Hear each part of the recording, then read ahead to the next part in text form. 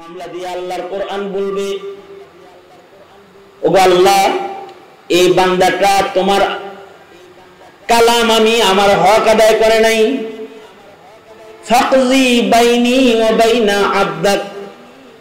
ওগো আল্লাহ, তুমি তোমার বান্দা আর আমার মাঝখানে আগে সালিশ করো, বিচার করো। সে যে আমার হক গুলো নষ্ট করেছে, এটার বিচার আগে তুমি করো।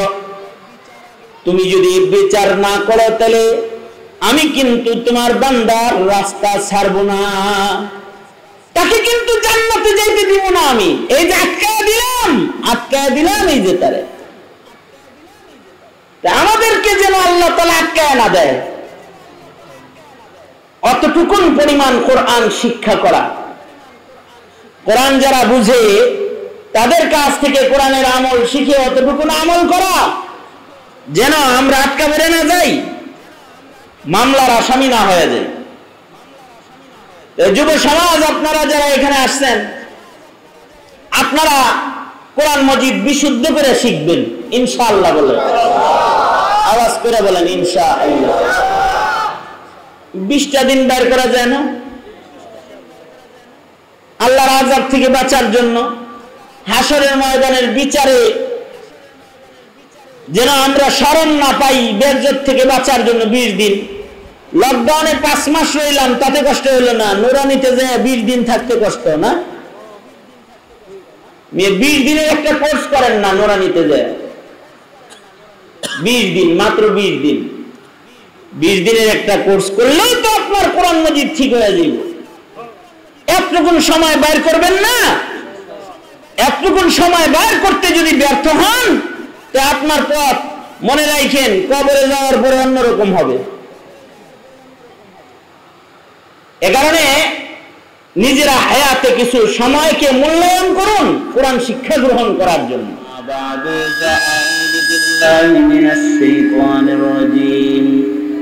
বিসমিল্লাহির রহমানির রহিম। ওয়াল আসরি ইন্নাল ইনসানা লাফি খুসর إلا الذين آمنوا وعملوا الصالحات وتواصوا بالحق وتواصوا بالصبر. وقال النبي صلى الله عليه وسلم خيركم من تعلم القرآن وعلمه أو كما قال عليه الصلاة والسلام. اللهم صل على محمد وعلى آل محمد كما صليت على إبراهيم وعلى آل إبراهيم إنك حميد مجيد. اللهم بارك على محمد وعلى آل محمد كما باركت على إبراهيم وعلى آل إبراهيم إنك حميد مجيد. الحمد لله.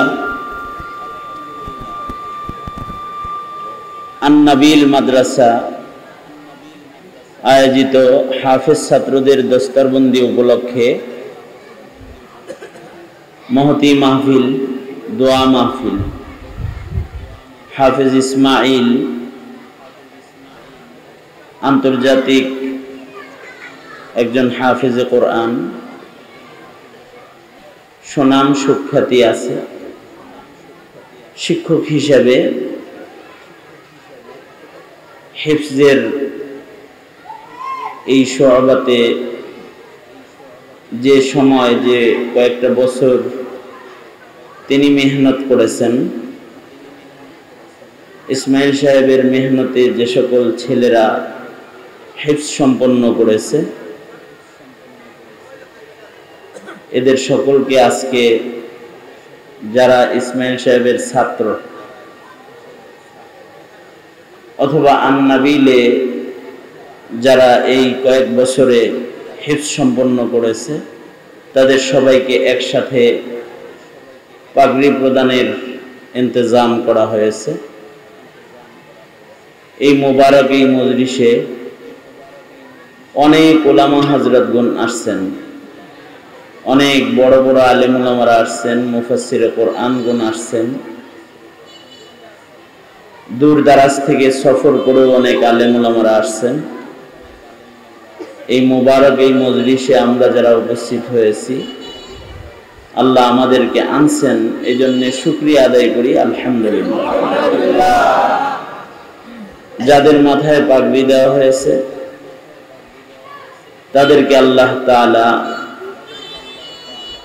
সত্যিকারের নায়াবাতের যে জিম্মাদারিগুলো আছে, মানসাবে নবুয়ত, নায়েবে নবীর মানসাব যেটা আল্লাহ তাআলা দান করছেন, এইটার মূল্যায়ন করার তৌফিক আল্লাহ তাআলা সবাইকে দান করেন। আল্লাহ পাকের যে সকল দামি নিয়ামতগুলো এই উম্মত পাইছে, তার ভেতরে একটা দামি নিয়ামত হলো এই উম্মতকে আল্লাহ তাআলা কোরআনের নিয়ামত দান করছেন। কোরআন আসমানি কিতাবের ভেতরে শ্রেষ্ঠ কিতাব। এটা আল্লাহ তাআলা এই উম্মতকে দান করেছেন। কোরআনের সাথে যারা লেগে থাকবে, এটা পরশ পাথর। আমরা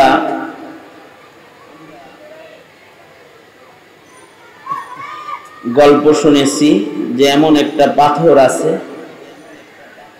যে পাথরের পরশে লোহা সোনা হয়, পরশ পাথর, যেটার সান্নিধ্যে গেলে ছোঁয়া লাগলে পড়ে, এর সাথে ছোঁয়া লাগলে লোহা সোনা হয়। এটা একটা কিংবদন্তি, এটা একটা গল্প। আসলে যদি এই গল্পের বাস্তবতা কেউ দেখতে চায়, কারণ যদি পরশ পাথর দেখার শখ হয়, তাহলে তার কোরআন তাকায় দেখতে হবে। এটা হলো পরশ পাথর। কোরআনের সাথে যেই জিনিসটাই লাগে ওই জিনিসটা দামি হয়ে যায়। কোরআনের সাথে রাত্রি ছোঁয়া লেগেছে, তো রাত্রিটার নাম লাইলাতুল কদর হয়ে গেছে। কোরআনের সাথে মাসের ছোঁয়া লাগছে, তো এই মাসটা 12 মাসের সেরা মাস হয়ে গেছে। কোরআনের সাথে যখন যে জিনিসের ছোঁয়া লাগে, সম্পর্ক হয়, এটাই দামি হয়ে যায়। এই যে ছেলেগুলা হাফেজ কোরআন হয়েছে, যারা হিফজ সম্পন্ন করেছে, তারা কোরআনের পরশে দামি। আল্লাহর রাসূল 2 গ্রুপ বর্ণনা করেছেন, যে কোরআন পড়ে আবার পড়ায়। একে তো যারা পড়ে তারা দামি, খায়রুকুম, তোমাদের ভেতরে তারা দামি। আর আরেকটা হইল যারা পড়ায়, পড়ায়ের ভেতরে উস্তাদরাও আছে, পড়ায়ের ভেতরে মুআবিনিন আছে, পড়ায়ের ভেতরে সহযোগিতাকারী যারা আছে, সাহায্যকারী তারাও আছে, মহাব্বতকারীরাও আছে। কেউ আছে টাকা দিয়ে মহাব্বত প্রকাশ করতে পারে না, কিন্তু মাদ্রাসা কেউ বন্ধ করতে এলে তার সমর্থন দিয়ে সে প্রতিবাদ করে কোরআনের পক্ষ অবস্থান করে। এরাও পড়ায় গ্রুপের লোক। আল্লাহর রাসূল বলছেন না, হয়তো কোরআনের ছাত্র হও, আলেম হয়ে যাও, আলেম না হইতে পারো তো তলবে ইলম হও, মুতাআল্লিমান, আলিমান, আলেম হও, অথবা মুতাআল্লিমান, মুতাআল্লিম হও, ছাত্র হও, অথবা মুঈনান, সহযোগিতাকারী হও। তাও যদি না পারো তাহলে মুহিব্বান, তাদেরকে ভালোবাসনেওয়ালা হও, সাবধান, এই চারের বাইরে যায় পঞ্চম কিছু হয়েও না, তাহলে কিন্তু ধ্বংস হয়ে যাবে। এর সাথে যারাই থাকবে তারাই আল্লাহর কাছে দামি হয়ে যাবে। এই জন্য মানব জীবনে কোরআনের মূল্যায়নকারী হওয়া, যারা কোরআনের মূল্যায়নকারী হয় তাদের মূল্যায়ন আল্লাহ নিজে করেন। যারা কোরআনের সম্মান করে তাদেরকে আল্লাহ সম্মান করেন। আমরা যদি কোরআনের সম্মানকারী হই তাহলে আমাদেরকে সম্মান করবেন কে? বলেন, আমাদের মালিক কে? আমাদের মালিক যিনি, তিনি আমাদেরকে সম্মান করবেন। কত বড় কথা না? ओ जमाना में मुअज़्ज़ज़ थे हामिले कुरआन होकर, हम ज़लीलो खार बन गई हो तारिकी कुरआन होकर। আগের জামানার মানুষ যে সম্মানিত মানুষ ছিল, সম্মানিত মানুষ ছিল মানে তাদের উপর আল্লাহর রহমত বেশি ছিল, তাদের দোয়া কবুল হইত, তাদেরকে গজবে ধরত না, তাদের জন্য আল্লাহ তাআলা সাগরের পানিকে রাস্তা বানাইয়া দিত। তারা কোনো জায়গায় গেলে তাদের সম্মানে জঙ্গলের হিংস্র জানোয়ার হাইওয়ানাত যা আছে এগুলো তাদের সম্মান করে জঙ্গল ছেড়ে দিত। সম্মান না, মানুষের সম্মান। আর আমাদের হালত হলো, আমাদের জন্য বাতাসও এখন হিংস্র হয়ে গেছে। যে করোনা বাতাস, বাতাসে ছড়ায়, বাতাসও আমাদের নাক দিয়ে ঢুকলে সমস্যা আছে। এই কারণে কি পরে যে হিংস্র জানোয়ার, হিংস্র না শুধু আমাদের জন্য, আমাদের জন্য এখন অক্সিজেন, বাতাস, এর ভিতরেও ভয়, বাতাসের ভিতরেও ভয়। এই যে আমরা জলিল হইলাম, আমাদের অসম্মান যেটা হইল, এই অসম্মানের একটা বড় কারণ হইল যে আমরা কোরআনের অসম্মান করে ফেলেছি। আমাদের কাছে কোরআনের সম্মান নাই। আর তাদের যে সম্মান ছিল আগের যুগের মানুষের, এই সম্মানের কারণ হইল তারা কোরআনের সম্মানকারী ছিল, কোরআনকে তারা সম্মান করত। এই জন্য আল্লাহর রাসূল বলেন, তুমি সম্মানী হইতে চাও, তুমি ভালো হইতে চাও, তাহলে তুমি কোরআন শিখো, কোরআন শিখাও। কয়টা লাইন? কয়টা লাইন? দুইটা লাইন। এক নাম্বার লাইন হলো কোরআন শিখাও, আর একটা লাইন হলো কোরআন শিখার ইন্তজাম করে আল্লাহ শিখাও। তুমি তুমি নিজে পড়ো অথবা পড়ানে ওয়ালা হয়ে যাও,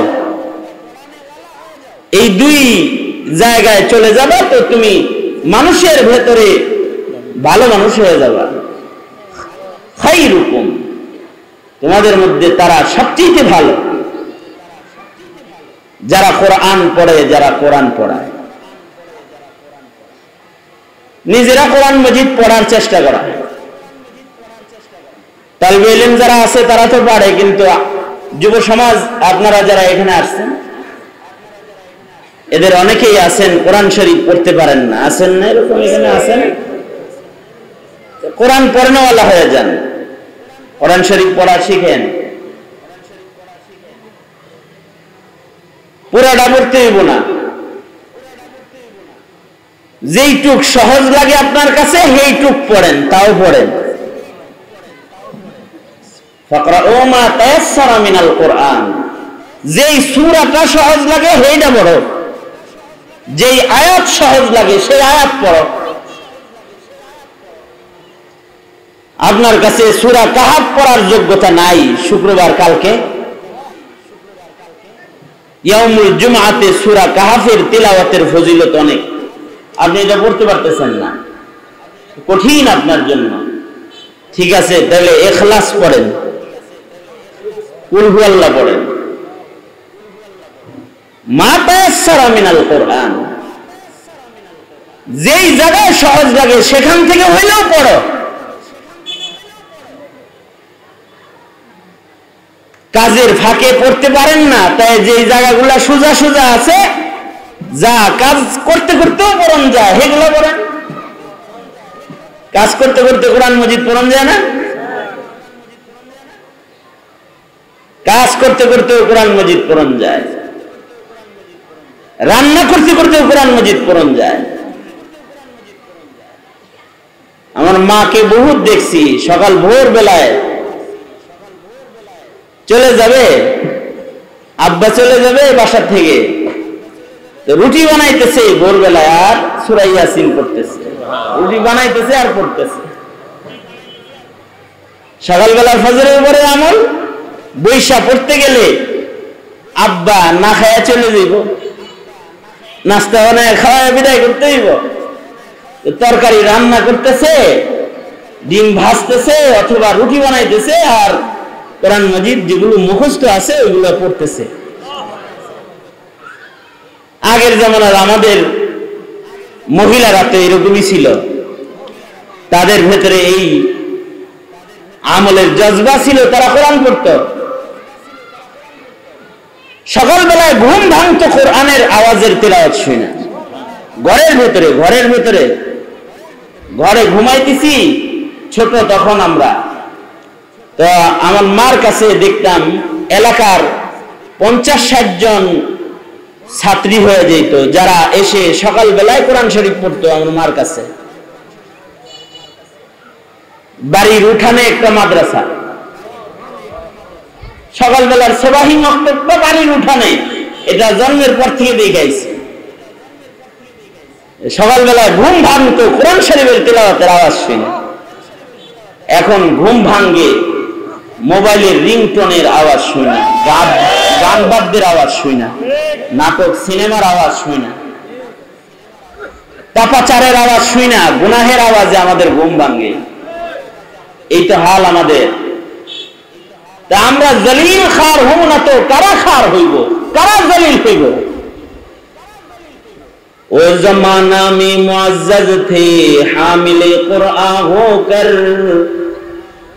हम जलीलो खार बन गई हो तारिके कुरआन होकर।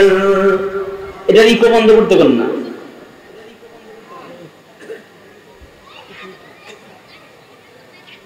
তো এই যে হালতটা, এই হালতটা আবার আমাদেরকে ফিরে আনতে হবে। হাফেজ ইসমাইল সাহেব আমার খুব ভক্ত, দেখলে ভক্তি খুব বাড়ে, দূরের থেকে ভক্তি করে, কিন্তু দাওয়াত দেওয়ার জন্য যতটা পাগল হয়, আসলে পরে যে কথা বলার পরিবেশ করতে হবে ওইটার জন্য অতটা পাগল হয় না। এই ব্যানার না টানায়া 3টা ব্যাটারি হাজির রাখা দরকার ছিল, যেন সাউন্ড বক্সটা ভালো চলে, একটা ভালো ইন্তজাম হয়, যারা আসে ভালো করে 2-4 কথা শুনবার পারে, যিনি বলবে তিনি যেন বলতে পারে। আবেগ প্রকাশ করার বহুত লাইন আছে, আজে বাজে লাইনে আবেগ প্রকাশ করলে পরে আবেগের হক আদায় হয় না। রাগাইছেন? এনে তো অনেক আবেগওয়ালা আছেন, এই জন্য বলে দিলাম আর কি। আমি কি বললাম যে দেখেন ওই জমানার মানুষের তাদের মহামারী কম ছিল, মুসিবত কম ছিল, বালা মুসিবত কম ছিল। আমাদের দিন দিন আমাদের সমস্যা বাড়তেছে। এটার বড় কারণ হলো আমরা কোরআনের যে আজিমুশ শান নিয়ামতটা, সূরা ফাতিহাটা দিয়ে যে মাগরিবের নামাজ পড়বেন, ছোট ছোট সূরা দিয়ে পড়াইবেন, তাও পারেন না। ভাত খাওয়া বাধ্য দিয়েন, ভাত খান কে? খাওয়ান দাওয়ান তো খুব চলছে, আজানের কালিমাত গুলো মুখস্থ করেন নাই। চেহারা দেখাইবেন কেমনে আল্লাহরে? ইত্তাকুল্লাহ, আল্লাহকে ভয় করুন, আল্লাহকে ভয় করুন। জরুরি কিছু কোরআনিক জ্ঞান আছে, এইটা আমাদের সবার শিখা ফরজ। কতটুকুন শিখা আমাদের উপরে ফরজ, যতটুকুন দিয়ে আমাদের ফরজ ইবাদতগুলোর হক আদায় হয়।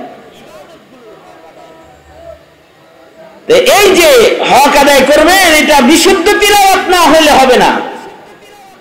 অর্থাৎ ইমামতি করবেন আর তিনজন দিয়ে আপনি নামাজ পড়াই দিবেন, আপনার পিছনে আরো তিনজন ইক্তেদা করবে।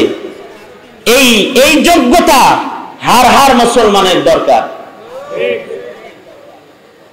আল্লাহ না করুন ইমাম সাহেব নামাজ পড়াইতেছে, 2 রাকাত পড়ানো হলে তো তার ওযুটাও চলে যেতে পারে। কি এরা কি আল্লাহ রক্ত মাংস বানায় নাই? ফিক্সড করে দিছে সব মিয়া, সব তো আর ফিক্সড করে দেয় নাই। ইমামের তো ওযু চলে যেতে পারে 2 রাকাত পড়ানোর পরে, বাকি 2 রাকাত পড়াইব কে? আপনারে যদি টান দেয় পিছন থেকে মুক্তাদি, আপনি আপনার ওযু ছুটে যাবে, তাহলে নামাজ সম্পন্ন হবে কিভাবে? তাহলে ইমামের পরে মুসল্লি পিছনে যে দাঁড়াইছে ওরা ইমামতের যোগ্যতা থাকা দরকার। খালি মুয়াজ্জিন সাহেব, মুসল্লিরাও যেন ইমামের জায়গায় দাঁড়িয়ে ইমামের কাজগুলো আদায় করবার পারে। এই লকডাউনের সময় আমার কাছে টেলিফোন আইছে, হুজুর ইমামতি পাইছি। আমাদের ইমামতি যায় আর আপনি ইমামতি পান, কই ইমাম হইলেন? আমাকে ঘরেই, মানে একবার বিল্ডিং এর নিচতলায় করোনা ধরা পড়ছে, বিল্ডিং তো লকডাউন করে দিছে। এখন ঘরের এক রুমের সামান সরায় এক রুম দিয়ে মসজিদ বানাইছে। তা আমি বললাম যে ওই মসজিদের ইমাম হইছেন? আমাকে ঘরের মসজিদের ইমাম হইছে। একটা মাসআলার জন্য ফোন দিছি হুজুর। মাসআলা হলো যে মাগরিবের নামাজ যদি আসরের মতন আস্তে আস্তে কেরাত পড়ি তাহলে কি ইমামতি হবে না? মানে জেহরি কেরাতকে সিররি করে পড়বার চায়, মাগরিবের ইমামতি করবে আসরের মতন, তাতে হবে কি হবে না এটা জিজ্ঞাসা। তাই বললাম হঠাৎ করে এই মাসালা কেন? আপনি না আপনাদের ঘরে ভালো জানেন বিদায়ী আপনারে ইমাম বানাইছে। আপনার ঘরে আপনি তো আকরা মানুষ, ভালো কোরআন পড়তে পারেন। হ্যাঁ আমি ভালো পারি, কিন্তু সবাই ইউটিউবে অনলাইনে শুদ্ধটা শুনতে শুনতে আমারটা যে অশুদ্ধ এটা তারা বুঝে, মানে মহিলারাও এটা বুঝে, বাচ্চারাও বুঝে যে আমার কিছু ভুল হয়ে যাইতে আছে। এই একটা সমস্যায় পড়ছি। হ্যাঁ, বউ বাচ্চাদের কাছে লজ্জা পাইতেছি, এই জন্য আসতে পড়বার চাই। আমি বললাম বউ বাচ্চার কাছে লজ্জার চাইতে বড় লজ্জা তো আল্লাহর কাছে লজ্জা। আচ্ছা বলেন তো, নামাজে বউ বাচ্চা তো সাইডে বাইডে আছে, কিন্তু সামনে বউ আর কে আছে? আরে আসতে পেরে সামনে কে আছে? কার সামনে দাঁড়াইছে? আল্লাহর সামনে দাঁড়াইছে, আল্লাহর কাছে শরম পাইতেছে না, বললো যে শরম। আমি বললাম আপনি একটা কাজ করেন, আপনার মোবাইলে কিছু এমবি ঢুকায় ইউটিউব থেকে মস্কের যে সূরাগুলো আছে ওইগুলো ডাউনলোড দিয়া ওইগুলো দিয়া নিজে ঘরেই মস্ক করেন। তাছাড়া এক কাজ করেন, আমি আপাতত বেকার সমস্যা, আমার ওয়াজ মাহফিল নাই লকডাউনে, আপনি কিছু আমাকে সময় দেন, হয়তো মোবাইলে আমার সাথে কথা বলে নেন, অথবা আমি আরেকজন হুজুর ঠিক করে দিই, তার কাছেও পড়েন আমার কাছেও পড়েন, কিছু সূরা ঠিক করে দিই, তারপরে ইমামতি করেন। পরে কিছু সূরা ঠিক করে দিছি মোবাইলে, বাস ইমামতিটা কোনো রকম টিকছে। পরে কিছু তো পড়েন যার দ্বারা আপনার ইমামত রক্ষা হবে, কমাস কম ইমান রক্ষা হবে, ইবাদত রক্ষা হবে। শুদ্ধ করে না পড়লে পরে কোরআনে লানত করে, যারা গলত কোরআন পড়ে কোরআন তাদের উপরে লানত করে, নাউজুবিল্লাহ বলেন। আরো আওয়াজ করে বলেন, আওয়াজ করে বলেন না। যারা অশুদ্ধ কোরআন পড়ে তাদের উপরে আল্লাহর কোরআন লানত করে। আর একটা বিষয় হলো, যারা কোরআনের তেলাওয়াত শুদ্ধ করে তাদেরকে আল্লাহ তাআলা ঈমান হেফাজতের শক্তি দান করে। শুদ্ধ কোরআন পড়নেওয়ালাকে আল্লাহ তাআলা সিরাতে মুস্তাকিমে চলার যোগ্যতা দান করে। যত বাতিল ফেরকা আছে, যত যা আছে, দেখবেন এদের হয়তো তাদের কোরআনের তিলাওয়াত ভুল, অথবা তাদের কোরআনের বুঝ ভুল, মানে তাফসীর ভুল, যে কোনো এক জায়গায় ঘাপলা আছে। যারই দুই জায়গায় যে কোনো এক জায়গায় ঘাপলা হয়েছে, এইটা শেষ। এটার হয়তো ঈমান নষ্ট হয়েছে, নচেত তো আমল নষ্ট হয়েছে। কোরআনের আয়াতই ভুল বুঝছে, তো দেখা গেছে ঈমানই নষ্ট করে ফেলেছে, কাদিয়ানি হয়ে গেছে, অথবা শিয়া হয়ে গেছে, অথবা নিজের ঈমানকে নষ্ট করে অন্য কোন ঈমান বিধ্বংসী গ্রুপে হিজবুত তাওহীদে যোগ দিছে মনে করেন।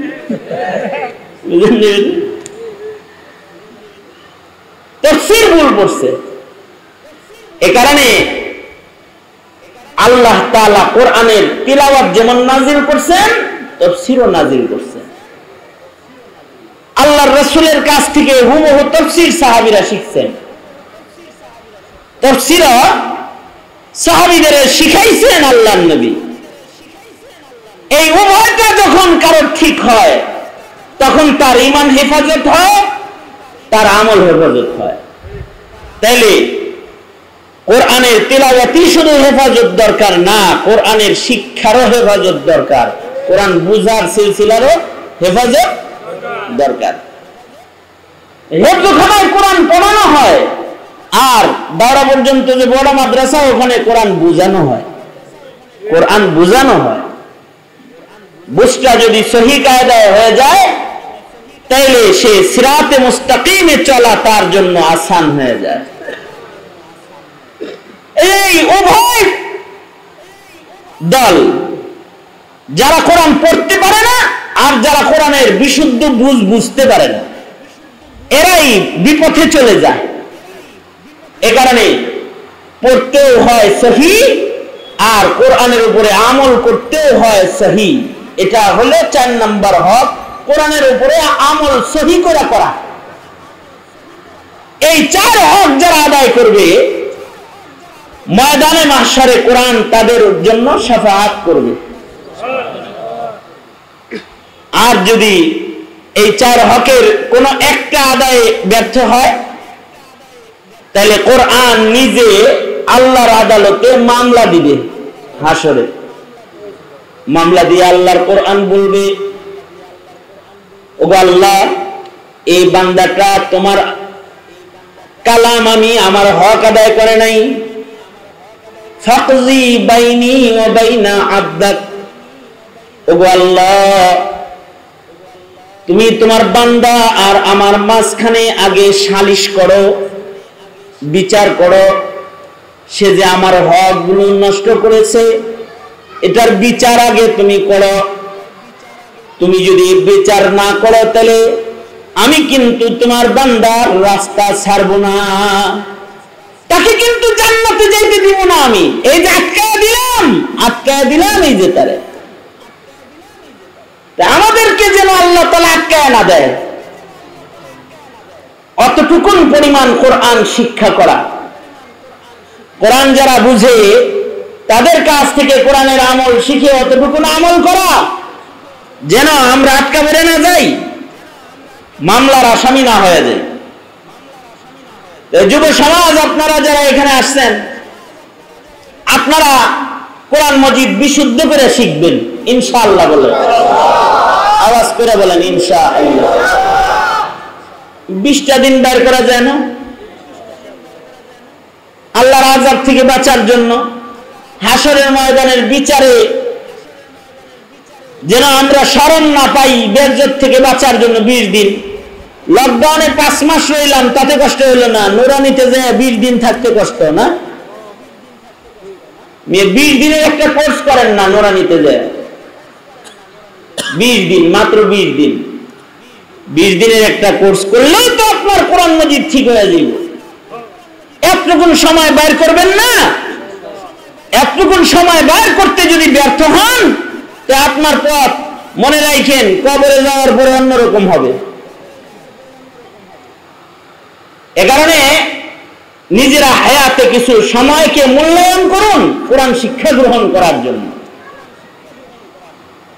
প্রতিদিন একজন ইমাম অথবা মুয়াজ্জিনের কাছে কিছু শিখেন। নিজের কামাই দিয়া বসাল মিয়া পারলেন, আত্মীয় স্বজন পারলেন, নিজেরে পালতে পারলেন না মিয়া। আপনার চাইতে বড় বোকা কি আর হয় যে আপনার টাকায় সবাই বাঁচলো, আপনি নিজেই বাঁচলেন না, আপনি নিজেই বাঁচতে পারতেছেন না। তা আপনি কিছু অর্থ নিজের জন্য, একজন যিনি পারে তাকে দরকার হয়, তার কিছু সময় আপনি নেন, তার কাছে শিখেন, তার ওখানে কিছু খরচ করেন। আমাদের কওমি মাদ্রাসায় বহু দরিদ্র ছেলে আছে যারা সকালবেলা নাস্তা খায় না, অভাব ওদের, বাপ টাকা দিতে পারতেছে না, অথবা বাপ মরেই গেছে, মা ঝিয়ের কাম করে সন্তান পড়াইতেছে, ও নাস্তা খায় না। তা আপনি ওরে নাস্তা করান, আপনি মহতমিম সাহেবরে যায় বলেন যে আমাকে একটা 2টা গরিব ছেলে দেন, যাদের কাছে আমি পড়বো, ওপরে আমি খিলামো, নাস্তা করামো। একটু ওর জন্য ব্যয় করেন, ওর কাছ থেকে কিছু সময় আপনি নিয়ে নেন, আর আপনার জরুরি ইলমকে আপনি হাসিল করেন, যেটুকু আপনার দরকার এটুকু হাসিল করে নেন, একটু মেহনত করেন, কোরবানি করেন। তো যুব সমাজ যারা আছেন তারা নিজেরা কোরআনের জন্য কিছু সময় বের করবেন ইনশাআল্লাহ, বলেন ইনশাআল্লাহ। বুড়ারা যারা আসছেন তারা মনে মনে ভাবতে পারেন হুজুর আমাদের তো আর কয় নেই, সুতরাং আমাদের দরকার নেই। আপনারাও ঠিক করেন, বলবেন বুড়া বয়সে এগুলো ঠিক করার কোনো দরকার আছে? সাহাবীরা সবাই বুড়া বয়সে ঠিক করছে, পার পাইতে পারবেন না আপনি? তাবলীগে যান দরকার হয়, অথবা হক্কানি পীর মাশায়েখের দরবারে যান, যেখানে গেলে এগুলো ঠিক হয়।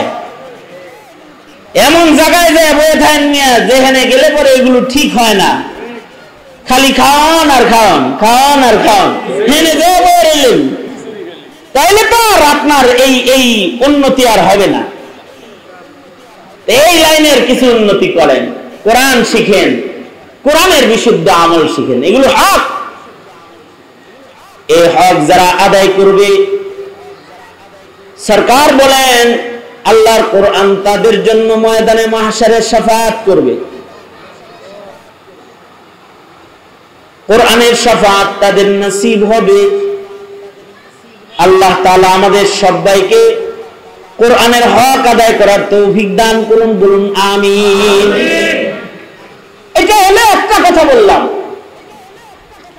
আরেকটা হলো সূরাতুল আসর পড়ছি। হায়াত অনেক দামি, হায়াতে 4 কাম করণ লাগবো। কয়টা কাম? 4টা। কাম কয়টা? 4টা। আওয়াজ করে কোন? 4টা। 1 নাম্বার কাম ঈমান বাঁচান লাগবো। এটা কয় নাম্বার কাম? 1 নাম্বার। দুনিয়া, কবর, হাসর, হার জায়গার ক্ষতি থেকে যদি বাঁচবার চাই, ধ্বংসের থেকে যদি নিজেকে রক্ষা করতে চাই,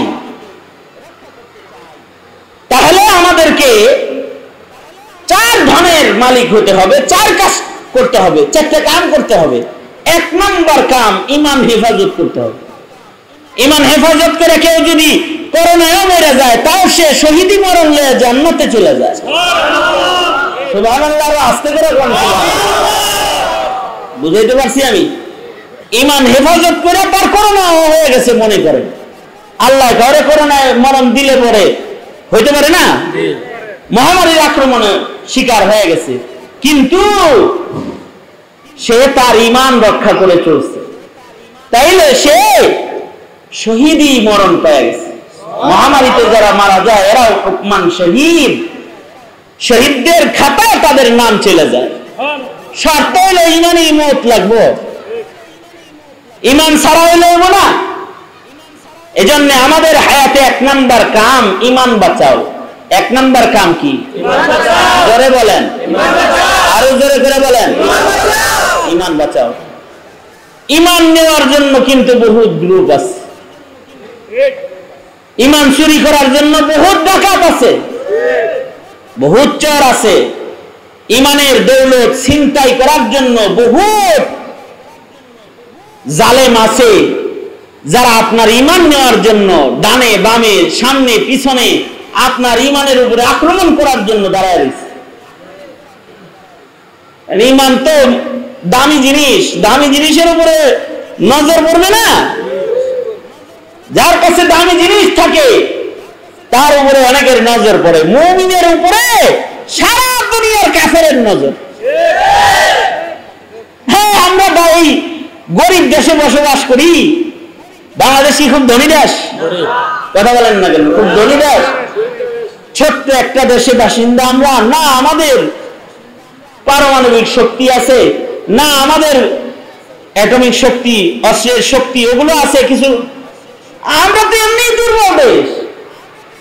মগার আমাদেরকে আমেরিকাও ভয় পায়, আমাদেরকে ভারতও ভয় পায়,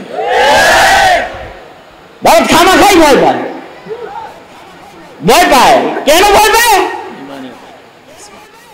এ কারণে ঈমানের পাশাপাশি নেক আমল করা, আমলে সালেহ করা, ওয়া আমিলুস সালিহাত, ঈমান বাঁচানো এবং আমল বাঁচানো। 5 ওয়াক্ত নামাজ পড়া, রোজার মাসে রোজা রাখা, হজ্জে বাইতুল্লাহ করা, গুনাহে কবিরাত থেকে নিজেকে বাঁচিয়ে রাখা, পর্দা পশিদার জীবন গ্রহণ করা, এই যে নেক আমলগুলো আছে এগুলো করা। কিছু আদিয়ে মাসুরা পড়া, জিক্র আজকার করা, প্রতিদিন কিছু সময় আল্লাহর নামের জিকির করা, কিছু সময় দরুদ শরীফ পড়া, কিছু সময় ইস্তেগফার করা, নেক আমলের সাথে ঈমানকে, নেক আমলকে দুটোটাকে একত্রিত করা। শুধু এতটুকু হইলেই হবে না, ওয়াতাওয়াসাউ বিল হক, মানুষদেরকে এই দ্বীনের পথে, ঈমানের পথে, হকের পথে ডাকাডাকি করা।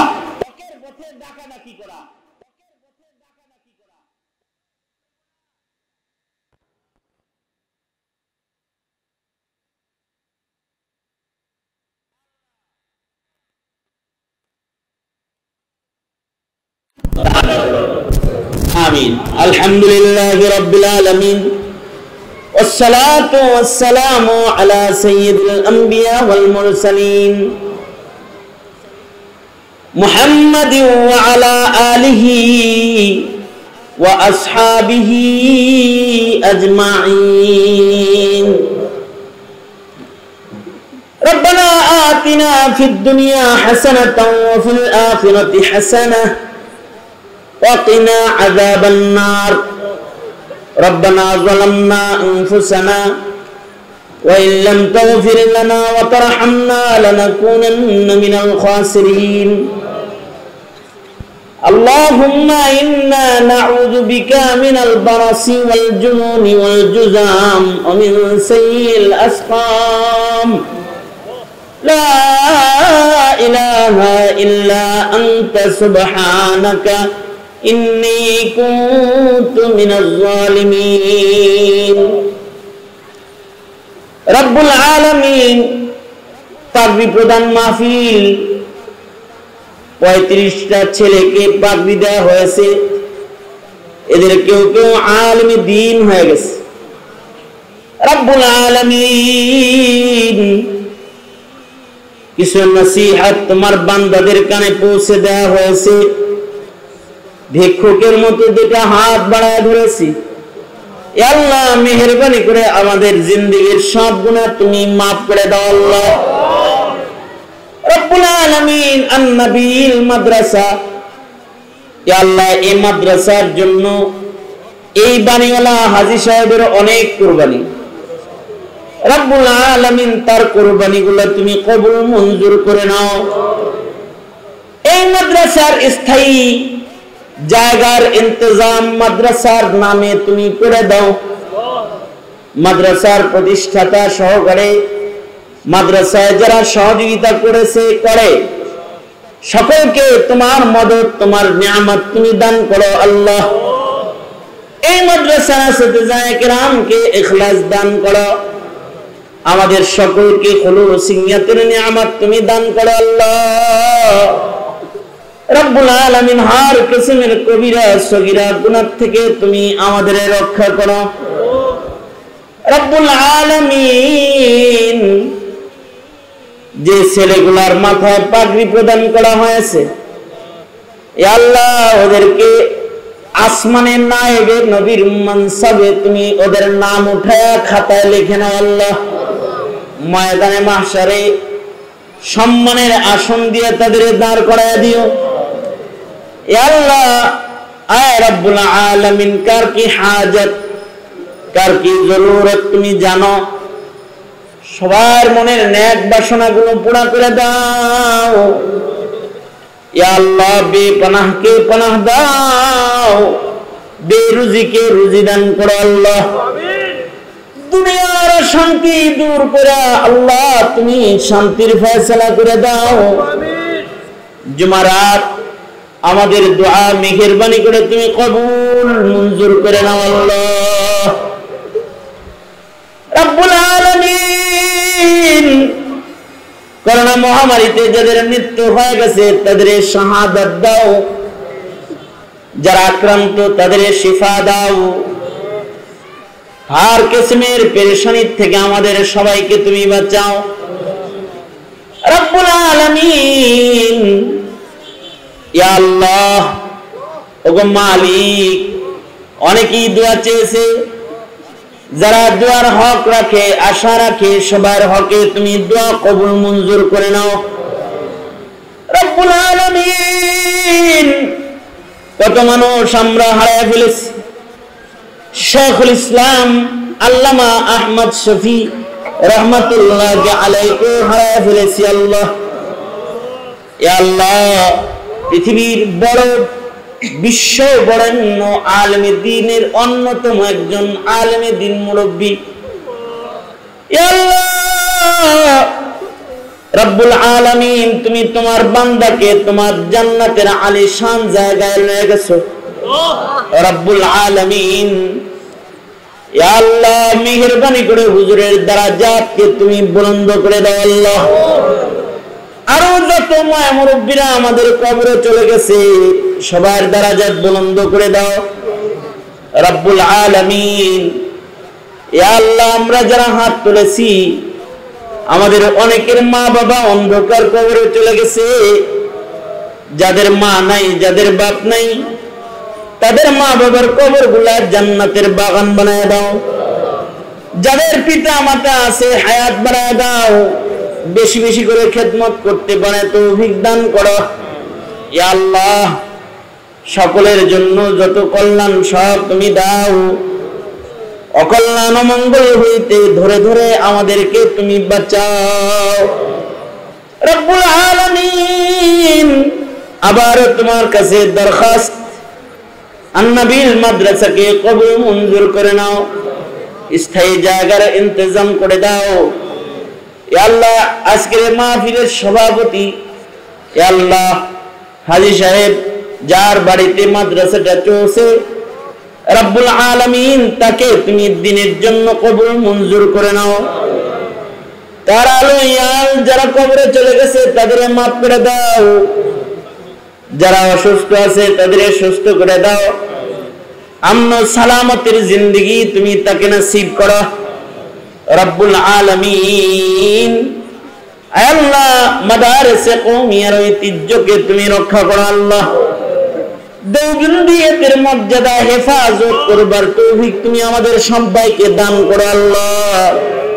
হার কিসমের খাতা হার কিসমের ভুল ত্রুটির থেকে তুমি কুদরতি হাতে ধরে ধরে আমাদের রক্ষা করো আল্লাহুম্মা ইহদিনাস সিরাতাল মুস্তাকিম সিরাতাল লাযীনা আন'আমতা আলাইহিম গায়রিল মাগদুবি আলাইহিম ওয়ালাদ-দাল্লিন।